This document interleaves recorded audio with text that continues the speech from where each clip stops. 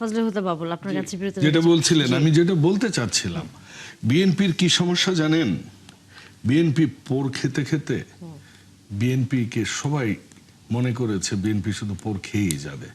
কারণ ম্যাডাম খালেদা জিয়া মারা গেলেন এই ভারতের সাথে যুদ্ধ করে 17 বছর। কাদম্বিনী মরিয়া প্রমাণ করিল কাদম্বিনী মরে নাই। তারপরও ওনাদের সন্দেহ যায় না। আর এই 11 দলের মঞ্জু ভাইরা গোপনে বৈঠক করে আর সারাদিন ভারতের বিপক্ষে বলে। সারা দিন দিন রাত বললেও কি কোনো কাজ দিবে? আরে ভাই, আমাদের দেশের কথা তো তামিলনাড়ুতে পৌঁছে না, আমাদের দেশের কথা তো কানাডায় পৌঁছে না, আমাদের দেশের কথা কিন্তু পৌঁছে না রে ভাই। এটা আমাদের বুঝতে হবে। আমাদের পৌঁছানোর জন্য আমাদের তাদের সাথে বসতে হবে, আমাদের এক্সচেঞ্জ করতে হবে। যে তোমার কাছ থেকে আমি জিরা নিব, ঠিক আছে, আমার বিক্রমপুরের পুলি পিঠা তুমি নিবা। কিন্তু আমরা এটা বলতে ব্যর্থ হই। আমরা তাদের টেলিভিশন চ্যানেলগুলো এখনো দেখছি, আমাদের কোনো টেলিভিশন চ্যানেলগুলোকে আমরা দিল্লিতে দেখাইতে পারি না। আমি দিল্লিতে থেকেছি 6 বছর, বোম্বেতে 3 বছর, আমি পাইনি আমার চ্যানেলগুলো। তো এই যে একটা আমাদের পার্থক্য, আমাদের রাজনীতিবিদদের সবার এক বাক্যে পররাষ্ট্র নীতিগুলোর ক্ষেত্রে সবাই এক হতে হবে। এবং সেইটা হয়ে আমি বলি, বিএনপি যদি ভারতের সাথে, আবারও একটা কথা বলি, আপনার চ্যানেলে একবার আমি অনলাইনে এই ডেটা দিয়েছিলাম, বেগম খালেদা জিয়ার 2001 থেকে 5 শাসন আমলে পাটের অ্যান্টি ডাম্পিং শুল্ক দেয়া হলো। ভারতের সাথে আমরা দেন দরবার করলাম, রাজি হলেন না ওনারা আমাদের। কিন্তু তখন থেকে পাটের চাষের উপর একটা এসেছে। ম্যাডাম খালেদা জিয়া তারপর এটা নিয়ে বিচার চিঠি লিখেছে নরেন্দ্র মোদীকে, উনি রাজি হন নাই। নরেন্দ্র মোদী না, তখন ছিলেন আপনার পাগড়ি পরার মনমোহন সিং। তারপর এটা গেছে আপনার ম্যাডাম খালেদা জিয়া এটা WTO-তে পর্যন্ত নিয়েছে, ওয়ার্ল্ড ট্রেড অর্গানাইজেশনে, রায় বাংলাদেশের পক্ষে নিয়ে এসেছেন। আপনারা মানে এই যে মানে খামাখা বিএনপিকে, আমি জানি না কেন এই ন্যারেটিভটা তৈরি হয়েছে। আমরা তো রাজনীতিই তো করেছি ভারত বিরোধী রাজনীতি। ভারতের চোখে চোখ রাখবার কারণেই তো জনাব তারেক রহমানকে আজকে এই আয়নাঘরের মতো জয়েন্ট ইন্টারোগেশন সেলে থাকতে হয়েছে। পক্ষে যারা তারা হচ্ছে গোপনে বৈঠক করছে, কিন্তু উপরে করেছে মুজিবুর রহমান মঞ্জু। আসলেই কি আপনারা এরকম বৈঠক করেছেন ভারতের সাথে? আমাকে জিজ্ঞেস করছেন? না, উনি যেটা বলেছেন যে জামাতকে ইঙ্গিত করে বলেছেন যে জামাতের সাথে ভারতের, আপনারা তো জামাতে জোটে আছেন না আপনারা? হ্যাঁ হ্যাঁ, আমি সেটাই বলছি। উনি জামাতকে মেনশন করে বলেছেন। বিষয় হচ্ছে যে দেখেন, এই যে কতগুলো আমাদের ক্ষুদ্র রাজনীতি, সেটা হচ্ছে কারো সাথে কারো বসা বা না বসা, এটা আমি মনে করি, আমি বাউল ভাইয়ের সাথে একমত যে আমাদের এই ক্ষুদ্র চিন্তা রাজনীতির একে অপরকে অপবাদ দেওয়ার জায়গা থেকে সরে আসতে হবে। প্রথম কথা হচ্ছে, ভারত বিরোধী রাজনীতি আমরা কেন করব?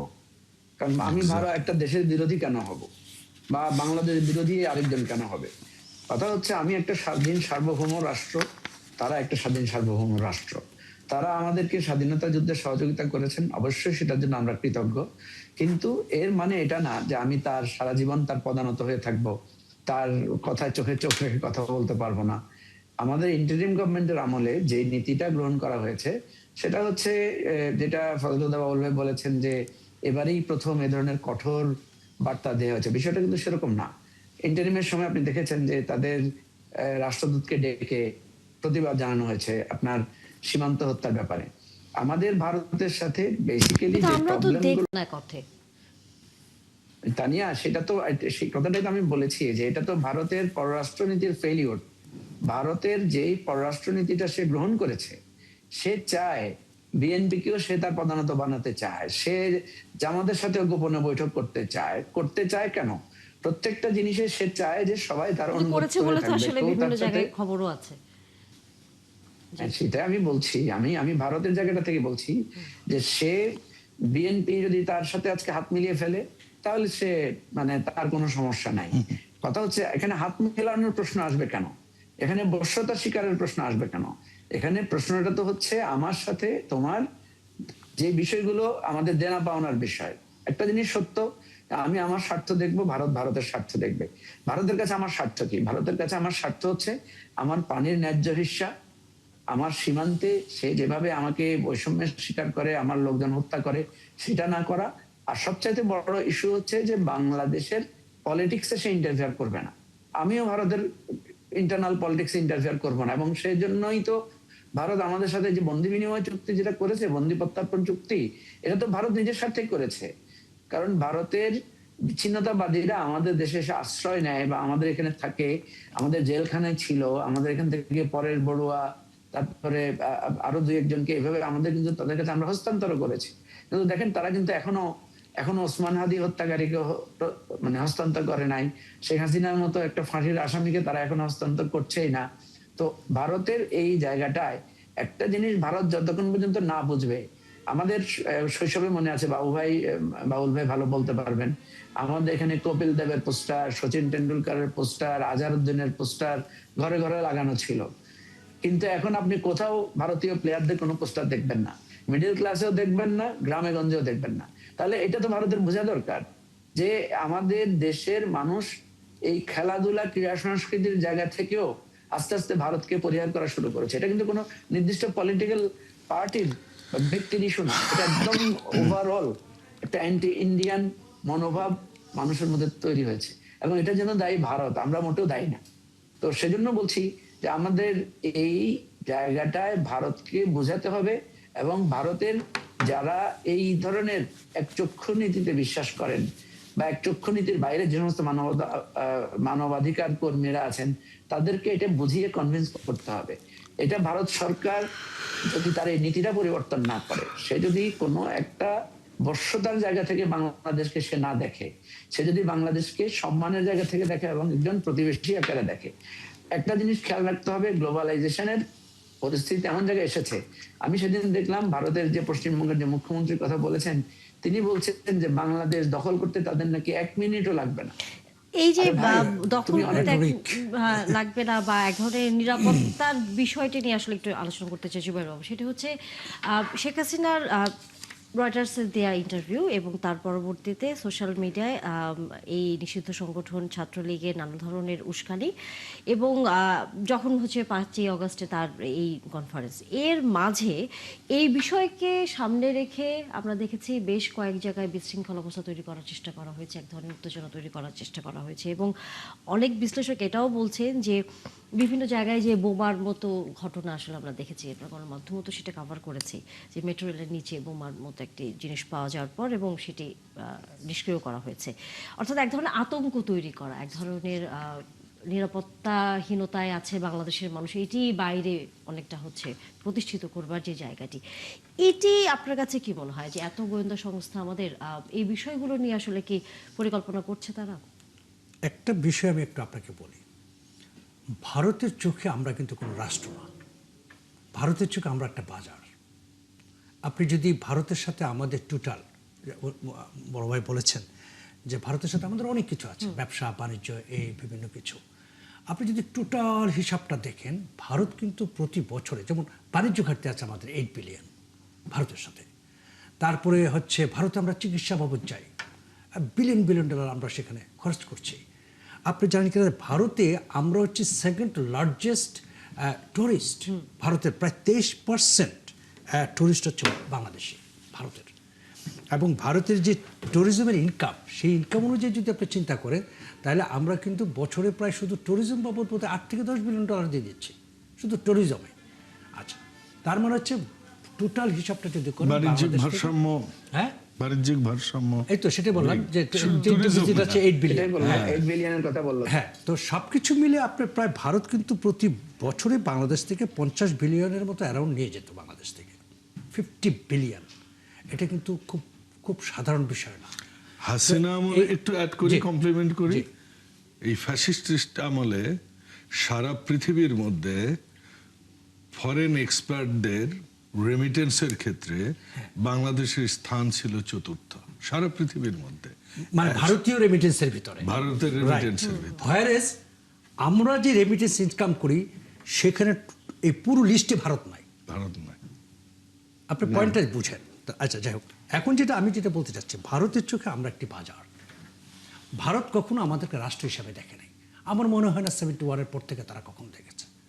তারা এই বাজারটা বড় হইতে দিয়েছে, তারা এই বাজারটাকে সুন্দর করতে দিয়েছে, সেটা অন্য প্রসঙ্গ। কিন্তু তারা আমাদেরকে সবসময় বাজার ভেবেছে, এবং যেই কারণে আপনি দেখবেন যে এই যে আমরা যেটা বলছি যে পলিটিক্যালি তাদের সাথে আসলে কিভাবে আমরা আচরণটা করব। আচরণটা তখন করবেন আপনি যখন রাষ্ট্র বনাম রাষ্ট্র হয়। আমরা কিন্তু আমি মনে করি বাংলাদেশের কোনো মানুষ ভারত বিরোধী না, ভারতের নীতি বিরোধী। সো এই যে নীতিগুলো তারা প্রণয়ন করে বাংলাদেশকে কেন্দ্র করে, সেটা কিন্তু হচ্ছে এই বাজার কেন্দ্রিক নীতি। কারণ বাংলাদেশটাকে যেহেতু তারা বাজার মনে করে সেই হিসাবে, সুতরাং এই বাজারে তো তাদের লোকজন লাগবে, এই টাকাটা উঠাবে, মানে ভাড়া দিবে, টাকা উঠাবে, এই লোক লাগবে না। এই লোক রাখার জন্য তারা এই আওয়ামী লীগের সবসময় পছন্দ ছিল, পছন্দের তালিকা তারা প্রথম। তাছাড়া তো জামাত ইসলাম, তো আপনি জানেন যে জামাত ইসলাম তো অ্যাকচুয়ালি ভারতীয় পার্টি, ভারতে তার প্রতিষ্ঠান, এবং বাংলাদেশ আমি যেটা বলি মাল্টিন্যাশনাল কোম্পানির মতো। এবং এই মাল্টিন্যাশনাল কোম্পানি জামাত ইসলাম আপনি দেখেন বাংলাদেশের একমাত্র বিদেশি দল বাংলাদেশ এই মুহূর্তে। সো এই যে ধরেন আজকে ইভেন আপনি যদি খেয়াল করে দেখেন তাদের একটা এক্সিবিশনের ভিতরে যেভাবে তারা সাজিয়েছে শেখ মুজিবুর রহমানের ছবি টবি সহ, সেখানে যেটা নিয়ে বিতর্ক আছে যে সেখানে জিয়াউর রহমানের ছবি নেই। তো এই যে বিষয়গুলো দেখলে আপনি টোটালটা দেখবেন যে তারা কিন্তু এখন বাংলাদেশে আমার মনে হয় যে তারা নতুন দালাল খুঁজছে। বড় ভাইয়ের ভাষায় বললাম যে দালাল, নতুন দালাল খুঁজছে, নতুন দালাল হয়তো পেয়েও যেতে পারে। এখন প্রশ্ন হচ্ছে অতিভক্তি চোরের লক্ষণ। আপনি যখনই দেখবেন যে এই ধরনের ভক্তিগুলো করে তারা কেউ কেউ, যেমন এই যে শেখ মুজিবকে বিশাল ফলাও করে আবার নতুন করে নিয়ে আসা, এটা কিন্তু অতিভক্তির লক্ষণ। ঠিক আছে, শেখ মুজিব হচ্ছে ভারতের প্রতীক, আমাদের বাংলাদেশে ভারতের প্রতীক হচ্ছে শেখ মুজিব। সেই শেখ মুজিবকে আমি আবার ফলাও করে মানে আমার সামনে নিয়ে আসছি। তার অবদানকে আমি অস্বীকার করছি না, তার অবশ্যই বাংলাদেশের একজন রাজনীতিবিদ, তার অনেক অবদান রয়েছে। এই যে জামাতেরও অনেক ভুল রাজনীতি আছে, আমি মনে করি বাংলাদেশে এই ভুল রাজনীতি থেকে বেরিয়ে আসতে হবে যদি আমরা সত্যিকার অর্থে ভারতের সাথে যদি আমরা একটা ভালো জায়গা অবস্থানে, রাজনৈতিকভাবে ভালো অবস্থানে যেতে চাই, রাষ্ট্র বনাম রাষ্ট্রে। তাহলে প্রথমে ভারতের থেকে এটা বোঝাতে হবে যে আমরা বাজার না, আমরা রাষ্ট্র। তো এই কাজটা প্রথমে আমাদের করতে হবে, এবং সেটার জন্য একটা সম্মিলিত একটা প্রচেষ্টা, সমস্ত রাজনৈতিক দলের সম্মিলিত প্রচেষ্টা লাগবে।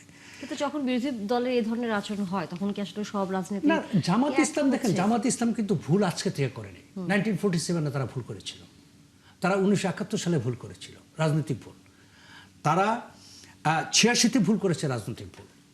ইভেন 24-এর পরে জামাত ইসলামের হাতে একটা দারুণ সুযোগ আসছিল তাদের সমস্ত ভুলটাকে ঢেকে একটা সুন্দর রাজনীতি করার। কিন্তু আমরা কি দেখলাম? আমরা কিন্তু ভয় পেয়ে গেলাম, যেভাবে জান্নাতের টিকিট বিক্রি করা শুরু হয়ে গেল। তো এই যে সমস্ত কিছু মিলে জামাতের, আমি মনে করি তারা সবসময় রাজনীতিতে ভুল করে। তো রাজনৈতিক ভুলটা যদি তারা না করে, বরং তাইলে কিন্তু বাংলাদেশের জন্য, বাংলাদেশের রাজনীতির জন্য, এবং যেই বাংলাদেশটাকে আমরা নিয়ে যেতে, ওই যে সংস্কার বলি না, জুলাই সনদ, আমাদের মঞ্জু ভাই যখন প্রথমে শুরুই করলো জুলাই সনদ দিয়ে, তো জুলাই সনদ ততক্ষণ পর্যন্ত, এই জুলাই সনদ বাস্তবায়ন হবে না যতক্ষণ পর্যন্ত আপনার নিজের ভিতরে সংস্কার প্রতিষ্ঠা না করবেন।